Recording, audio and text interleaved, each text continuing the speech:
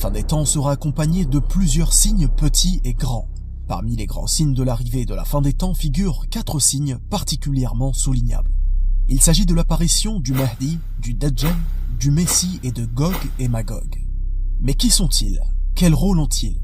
Comment vont-ils apparaître et comment vont-ils disparaître? C'est ce que nous allons voir dans cet épisode de la fin des temps avec preuve.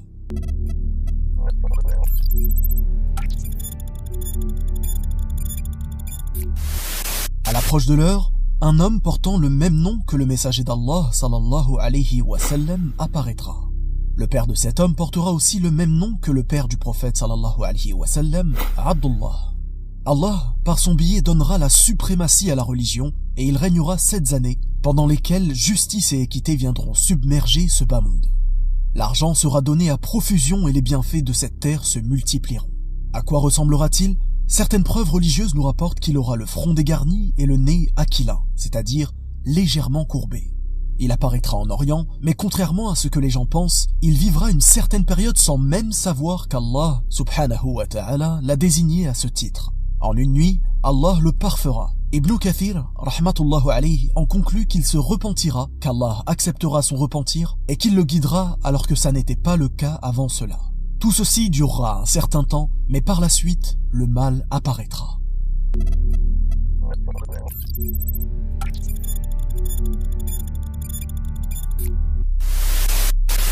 Un homme, jeune, brun, aux pieds varus, cheveux crépus, front dégarni, le cou large, avec un des 2 yeux endommagés ressemblant à un raisin, apparaîtra non loin de la région iranienne, et plus précisément de Khurasan. On pourra distinguer entre ses yeux le terme kafara, ou kafir, qui signifie mécréant.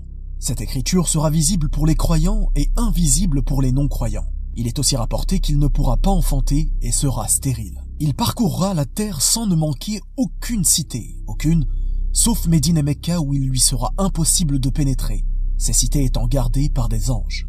Il accomplira des miracles qui tromperont les gens. Abu Umama, radiyallahu anhu, nous rapporte que le Dajjal dira à un homme: « Si je ressuscite ton père et ta mère, attesteras-tu que je suis ton Seigneur ?» L'homme dira « Oui ». C'est alors que 2 démons se manifesteront sous la forme de son père et de sa mère, en disant « Ô fils, suis-le car il est ton Seigneur ». D'où l'importance de l'unicité comme le fait de savoir que seul Allah, subhanahu wa ta'ala, donne la mort et la vie, et ceci fait partie de sa seigneurie. Aussi il fera croire aux gens qu'il fait tomber la pluie, qu'il fait pousser les denrées et favorise le bétail alors qu'Allah, subhanahu wa ta'ala, est le seul gérant. En réalité, tous ces miracles seront réalisables uniquement par la volonté d'Allah. Mais pourquoi donc Allah subhanahu wa ta'ala lui laissera l'opportunité de faire tous ces miracles? Dans le but d'égarer plus profondément ce faux messie, et afin que périsse celui qui doute d'Allah subhanahu wa ta'ala, et soit sauvé celui qui a la certitude. En bref, tout ceci sera une épreuve et un test pour les croyants.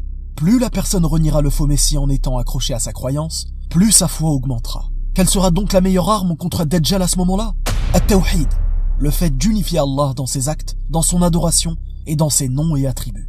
Aucun trouble ne sera plus important que celui du faux messie. Seule une minorité de croyants échappera au faux messie et viendra alors l'heure de la descente de Isa ibn Maryam, alayhi salam, Jésus, prophète et messager, sur le minaret blanc à l'est de Damas.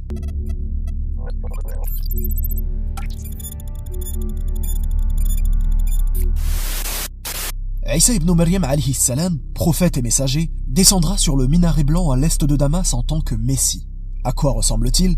Les textes rapportés le décrivent de la sorte. C'est un homme de taille moyenne, ni long ni court, brun, la poitrine large et les cheveux plats.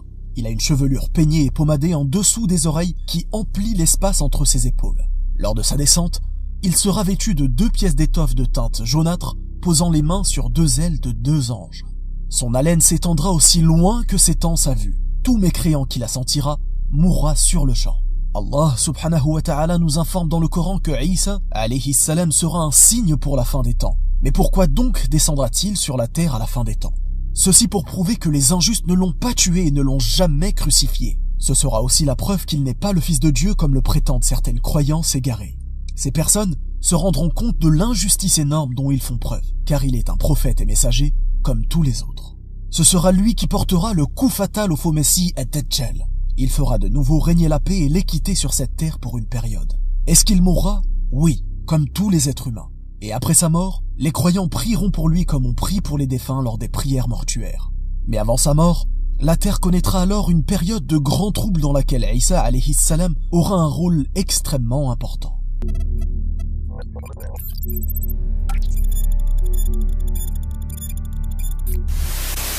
Sont-ils des monstres? Sont-ils des démons? Désigne-t-il une métaphore? Eh bien non, ils sont humains de la descendance de Adam alayhi salam, comme le rapporte Abdullah ibn Amr, radiyallahu anhu. Dans le même hadith, il est dit d'eux, lorsqu'ils seront envoyés aux gens, ils saccageront leur vie. À quoi ressemblent-ils? Il est rapporté qu'ils ont de petits yeux, le nez petit et fin, cheveux roux, et le visage large tel un bouclier martelé. Dans la sourate Al-Kahf, Allah subhanahu wa ta'ala nous informe que Dhul Qarnayn a érigé un remblai à leur encontre pour préserver un peuple qui était victime d'eux. Dans la sourate Al-Anbiya, Allah subhanahu wa ta'ala nous informe dans ce sens, jusque soient relâchés les Ya'juj et les Ma'juj et qu'ils se précipiteront de chaque hauteur.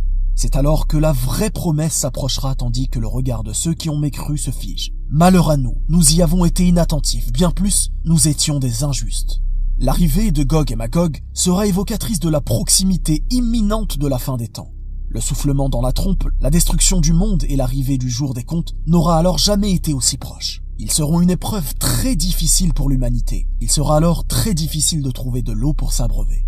Aucun être humain ne pourra faire quoi que ce soit contre eux si ce n'est par l'invocation. L'invocation de qui? De Isa alayhi salam, qui justement sera exaucé par Allah subhanahu wa ta'ala, comme nous informe le hadith authentique à ce sujet. Allah subhanahu wa ta'ala enverra alors des parasites afin de leur donner la mort et stopper leur action. Pourquoi ont-ils été créés?